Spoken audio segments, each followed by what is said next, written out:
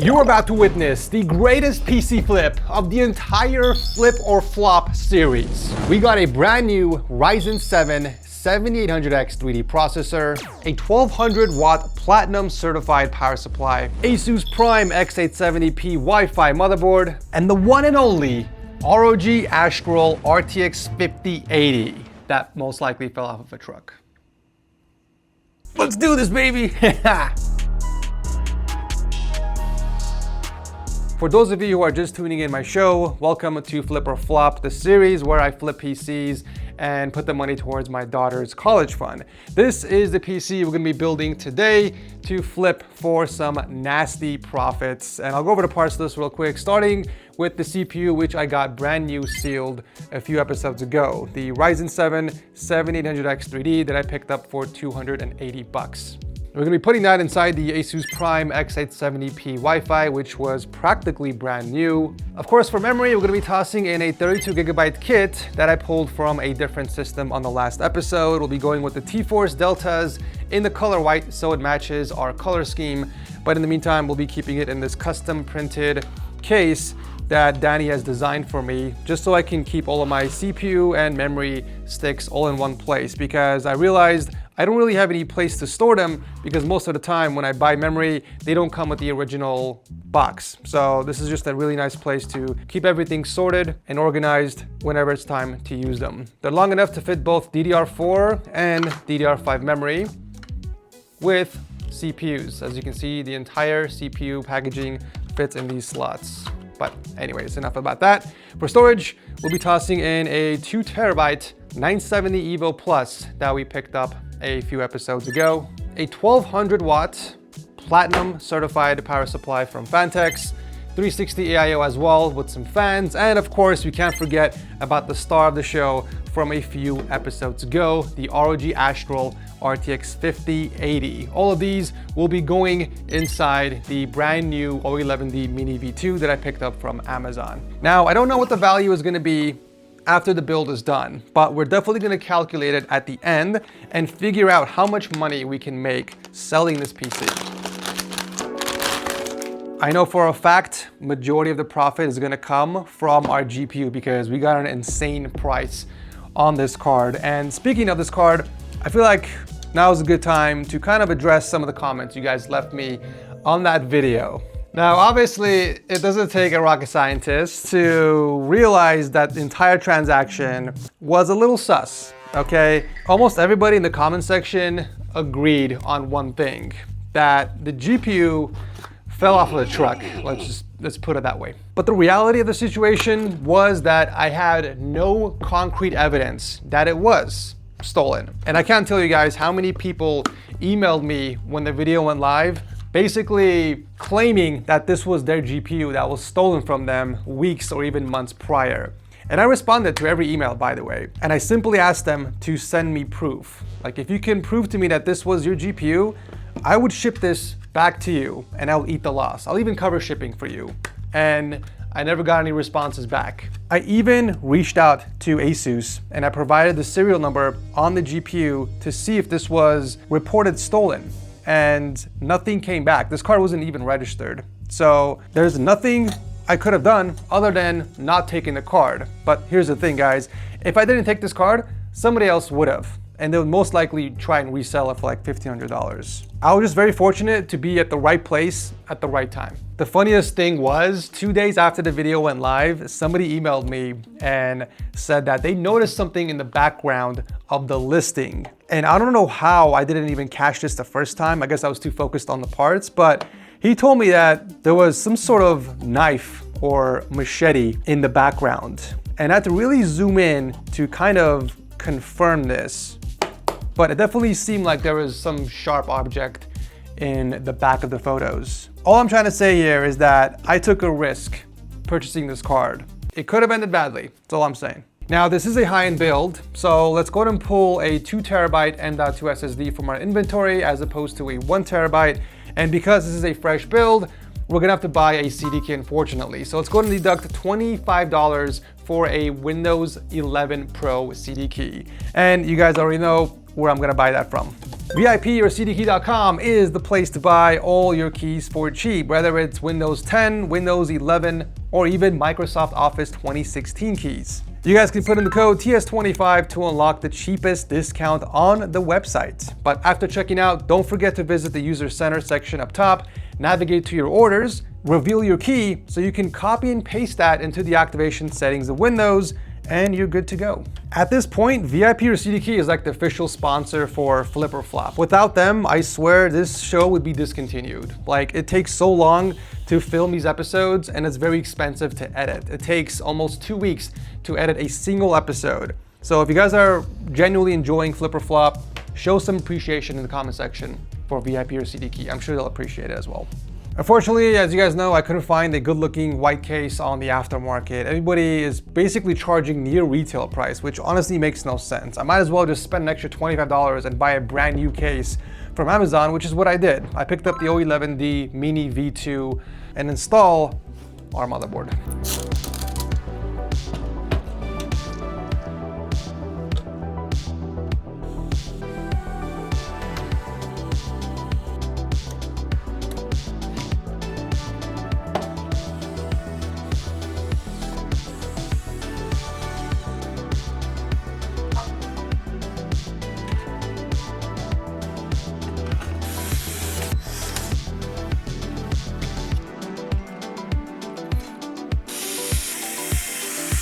I couldn't have picked a better case for the build, you guys. I am loving the compact form factor of the O11D Mini V2. It's turning out really nicely.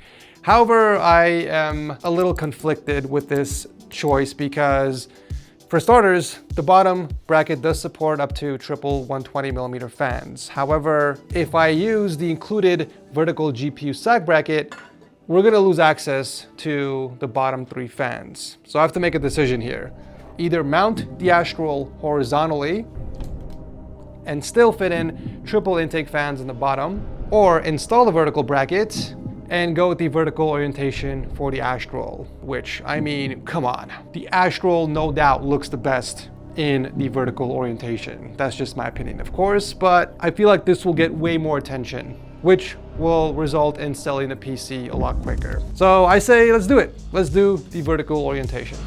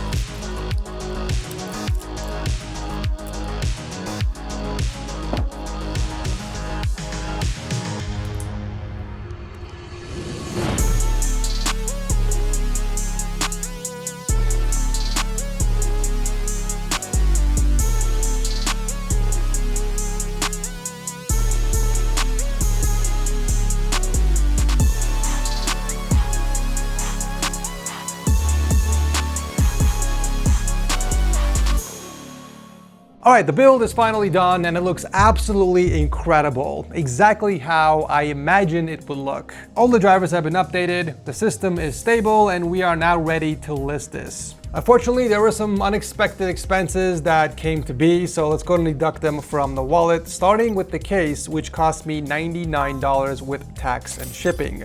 I also picked up a Gen 5 riser cable so that I can mount the GPU vertically, and Gen 5 cables are not cheap either. This thing cost me $68 with tax. The GPU did end up sagging a bit, and since we didn't have any space to install the fans on the bottom, I had to order a GPU sag bracket for $10. And finally, for the cables, I added a Hydra 24-pin and a 16-pin for the GPU just to add more value to the PC and make it stand out.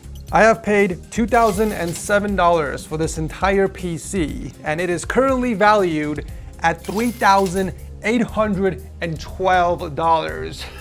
Oh man, woo! It's getting hot in here. I have just been dealt an Ace King and I flopped a Broadway. Okay, I gotta play my cards right to maximize our profits. It might take a while to sell, but if I'm patient, I can expect a very big payday. Now, before I tell you guys how much I want to list this for, I want you to let me know in the comment section, what is the most you are willing to pay for this PC? Let's say you're in the market to buy a beautiful, high-end, all-white AM5 gaming PC. What is the most you're willing to pay for a system with these specs? Okay, so the price I am listing this system for is $3,300. Let's start with that and see how it plays out. Okay, it's been about 2 weeks since I've listed this PC and it doesn't seem like anyone is interested. I even dropped the price by $100. So this is currently listed at $1,600 and only one person messaged me on Facebook Marketplace and pretty much ghosted me. I know for a fact this is priced really well because we literally just sold a 5070 PC that was under-spec'd. It had a slower processor, less storage, and slower memory. So I mean, this is literally only $50 more than that PC. So I think it has something to do with the aesthetics. I feel like it's just not enticing enough, and these stock fans are what's ruining the chances of this PC being sold. So I say we fix that. Let's go and upgrade the fans.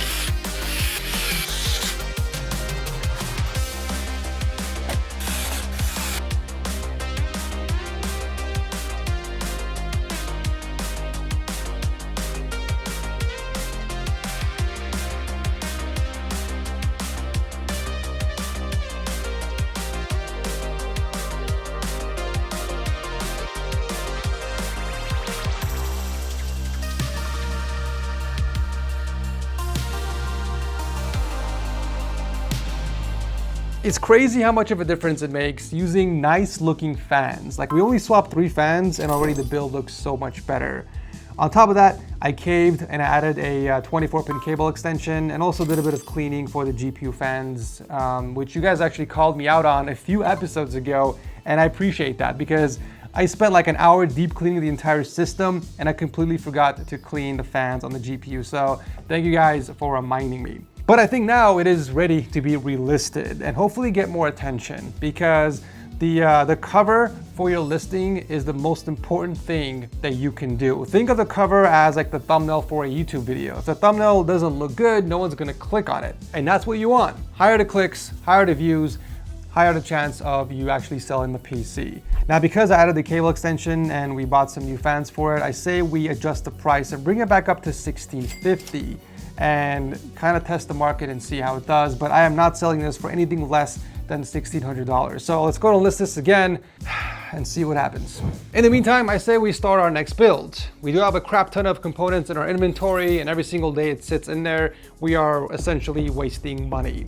We have enough to make an entirely new build with the exception of the case, which I just picked up from Amazon because finding cases on Facebook Marketplace, as you guys know, in the past few episodes have been a nightmare. So I just pulled the trigger on a V100R from Lee & Lee, and the rest of the components will be from my inventory. I'll go over the parts real quick, starting with the CPU, motherboard, and memory combo that we picked up a few episodes ago for a really, really good price. Ryzen 9 5900X processor with the X570 Unify MSI board with 64 gigs of memory, which is overkill for this build, so we're gonna cut this in half and store this in our inventory for a future build. I also picked up the 1000 watt power supply with this bundle. The guy even threw in a free EVGA 650 watt power supply, which we can use for another build. I hate to use the 1000 watt for this build, but unfortunately we don't have any other high tier power supply, so this will have to do. Of course, we can't forget about the 4070 Ti I picked up a few episodes ago for, I believe, $600. And inside this box, we have the Arctic freezer that we pulled from the Y60 build because it didn't fit inside the case. And finally, for storage, I do have a few more of the WD 2TB SSDs that I got a few episodes ago for a nasty, nasty price. I picked up 4 of these for $90 each. So